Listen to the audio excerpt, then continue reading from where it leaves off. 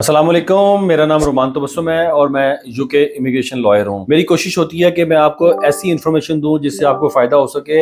Admin review को लेके जब UK skilled worker visa refuse होता है तो आपके पास एक ही ऑप्शन होती है कि आपने एडमिन रिव्यू करना है। और एडमिन रिव्यू को लेके हमने पहले बहुत सारी वीडियोस बनाई है, कोशिश की है लोगों को गाइड किया जाए कि आपने एडमिन रिव्यू कैसे करना है, क्या ग्राउंड्स हो सकती हैं या क्या ऐसे एक्स्ट्रा डॉक्यूमेंट्स हो सकते हैं जिनको लेके आप एक अच्छा एडमिन रिव्यू कर सकते हैं। लेकिन इसके बावजूद लोग कंफ्यूज हैं, लोगों से ऐसे ऐसे क्वेश्चन पूछे जा रहे हैं जो क्वेश्चन नहीं पूछे जाने चाहिए। जैसे आपकी जॉब डिस्क्रिप्शन कोई और है और क्वेश्चन आपसे कुछ और किया जा रहा है। जॉब डिस्क्रिप्शन को लेके आपको अगर कोई क्वेश्चन ऐसा किया जाता है जो कि आपकी जॉब डिस्क्रिप्शन में नहीं है तो आपको क्लियरली बताना है कि ये मेरी जॉब डिस्क्रिप्शन है ही नहीं, आप मेरे से ये क्वेश्चन क्यों कर रहे हैं, ताकि ये चीजें रिकॉर्ड का हिस्सा बने। कल को जब आप एडमिन रिव्यू करते हैं तो वहां पे आप इसको चैलेंज कर सकें, आपके पास प्रॉपर ग्राउंड हो कि मेरे से जो क्वेश्चन पूछा गया मैंने इंटरव्यू में बोला था कि ये मेरी जॉब डिस्क्रिप्शन नहीं है या ये क्वेश्चन मेरे से रिलेट ही नहीं करता। एक और बड़ी इंपॉर्टेंट बात है जो अभी रिसेंट रिफ्यूजल्स हमारे सामने आए हैं, लोगों को जेन्युइन जॉब मिली,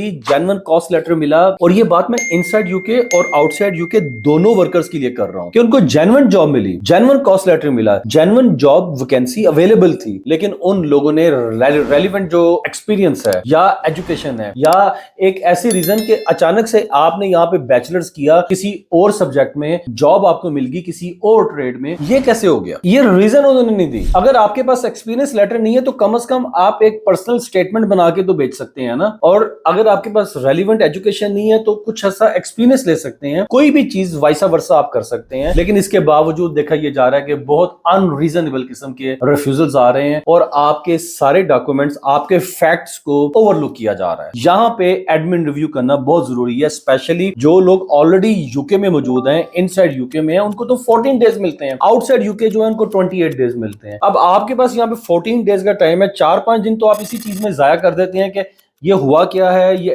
हमें एडमिन रिव्यू करना चाहिए या नहीं करना चाहिए। अजीब अजीब क्वेश्चन लेके लोग मेरे पास आते हैं, हम दोबारा एप्लीकेशन कर दें। मैं बार बार बता के ये थक गया हूं कि दोबारा एप्लीकेशन तो तब करेंगे जब नया कॉस्ट लेटर मिलेगा। आजकल नया कॉस्ट लेटर मिलना बहुत मुश्किल हुआ है। आपको एडमिन रिव्यू ही करना है, आपका एक्सपीरियंस वेरीफाई नहीं हो सका, आपकी जॉब वेरीफाई नहीं हो सकी, आपकी एजुकेशन के डॉक्यूमेंट्स वेरीफाई नहीं हो सके, तो ये ऐसी रीजन हैं जिनको अगर आपने चैलेंज ना किया हमेशा के लिए ब्लैक डॉट लग जाएगा। इस ब्लैक डॉट को खत्म करने के लिए, इस ऑब्जेक्शन को खत्म करने के लिए एक ही रास्ता है और वो एडमिन रिव्यू का है। आपको प्रॉपर तरीके से एडमिन रिव्यू करना है, जैसे मैंने अपनी पिछली वीडियोस में भी बताया कि आपको एडमिन रिव्यू इस वक्त ये नहीं है कि सिर्फ ग्राउंड्स लिखनी है, आपको उसमें केस लॉ के रेफरेंस देने हैं, आपको पूरी स्किल्ड वर्कर वीजा की जो गाइडेंस है, एडमिन रिव्यू की पॉलिसी है, उसको अप्लाई करना है। Plus on the top of that आपको अपनी विटनेस स्टेटमेंट लिखनी है डिटेल के साथ कि आपके साथ हुआ क्या, क्या ज्यादती हुई इंटरव्यू में आपके साथ, क्या चीजें आपकी ओवरलुक की गई, इंटरव्यू वीडियो पे हो रहा था, ऑडियो कॉल पे हो रहा था, उनकी वीडियो ठीक थी या नहीं ठीक थी, ट्रांसलेटर आपके पास था या नहीं था, अगर था तो उस ट्रांसलेटर ने क्या किया कि आपके क्वेश्चन की ठीक इंग्लिश करके नहीं दी, वगैरह वगैरह। ये बातें आपको डिटेल से अपनी विटनेस स्टेटमेंट में लिखनी है। On the top of that आपको एम्प्लॉयर से एक सपोर्टिंग लेटर लेना है।